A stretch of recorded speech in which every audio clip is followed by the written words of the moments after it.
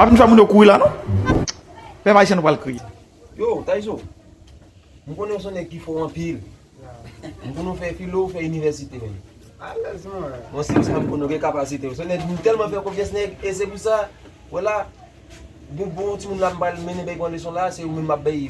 La si wè di vin avèk deja mafya, bon konnen m fò nan sa. E sa m chwa voun viv nan kati ak fè bati moun leson. Mwen chè nou fò ti rappele. Pè va isen nou pal kouy. Quel est ce continent?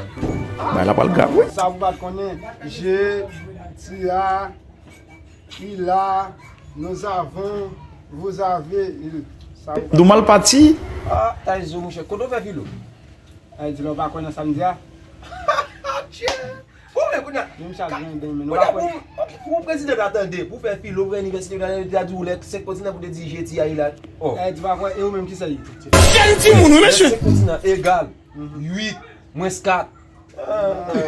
Maman. Tete mwen fè mesi.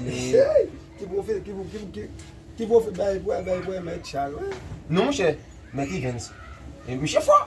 Mè chè kwe konnen etan ya. Ou yo, mwen telman kwa detet mwen fiyè men yo. Sans parole, oui. Mè chè kwe konnen etan ya, soldat. Quels sont les systèmes nerveux? Nabdou kou nan giyet maman. Mè chè jwè m la, bon konnen mba fò nan anglais mwen. Ou bien konnen mba fò nan anglais. Le système nerveux, le parle de système nerveux anglais. Bon anglais mwen chè. Posez une question pour moi, je ne suis pas bon. Posez. Ça mwen fè la mwen pose la. Posez une question.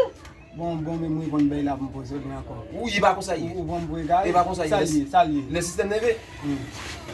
Les systèmes nerveux sont Haïti, Saint-Domingue. Haïti bat la dan nou frère. Haïti bat la dan On nou. va contre la machine. La Chine la ke Saint-Domingue États-Unis. Eh oui.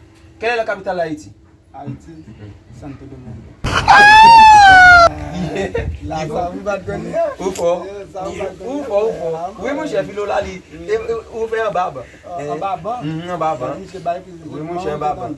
Un barbe. Baban, gade mè. Yo, en passant tellement là, fort l'école mais. en passant là, nous descendons en Haïti. Les mouillés men. Les mouillés moi, mon copain con blanc men. Yo, blanc tellement parler anglais men, frustré.